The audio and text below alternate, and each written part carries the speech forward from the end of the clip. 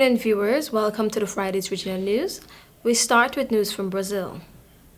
Brazilian President-elect Luiz Lula da Silva brief honeymoon with the financial markets look finished yesterday as he pushed for more room to grow social spending without setting long-term fiscal rules or naming its top economic policymakers. Brazil's currency, which rose last week, subsided after Lula's election victory, plunged around 4% on Thursday, and comments by Lula and his details of his transition team. Many investors were done waiting for the clarity over Lula's key ministerial appointments or details on how he aims to stabilize Brazil's public finances.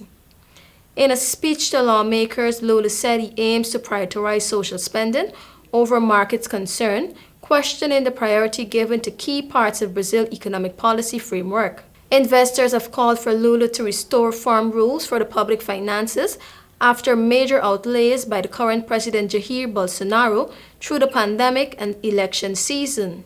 Instead, the president-elect is pushing to dismantle old budget rules before settling on the alternative proposed by his advisors. Lula acknowledged market reaction to comments from reporters late Thursday, but sought to downplay investors' concerns. Senator Marcelo Castro, the point man for the 2023 budget, said Lula backed a permanent spending cap waiver for the Bolsa Familia welfare program, which is slated to cost $33 billion annually based on his campaign promises.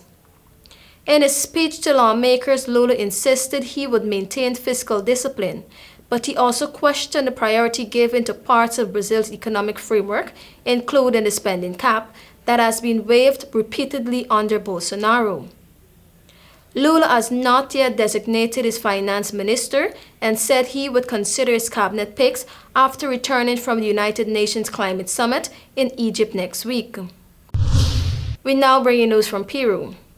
The opposition-dominated Peruvian Congress yesterday refused to hold a confidence vote in the Prime Minister Aníbal Torres, who had challenged the legislative body to do such, as part of the rising tensions between state powers in the Andean nation. If Congress had issued a vote of no confidence in Torres, the president's entire cabinet would have had to resign.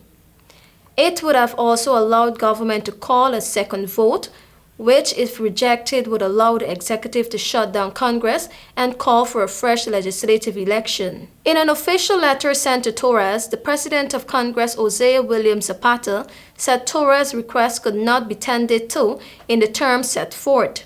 Torres had asked Congress on Tuesday to consider the evaluation and eventual repeal of a law that restricts the government's power.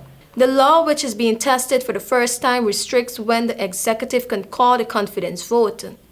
The Prime Minister slammed Congress following Wednesday's decision, saying it was a product of legislators receiving a bottom-shelf education. The clash of governing powers comes after Castelo faces several criminal investigations of alleged corruption.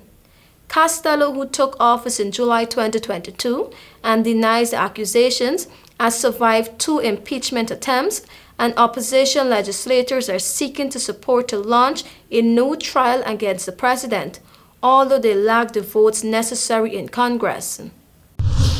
And finally, we turn our attention to news coming out of Jamaica. 2 Jamaican Defense Force soldiers are dead and 2 others injured following a motor vehicle crash along Old Hope Road in St. Andrew early Friday morning. The deceased soldiers have only been identified as Ricardo Harrison and Mario Powell. The police say the crash occurred around 3:30 a.m. in the vicinity of Waterfalls.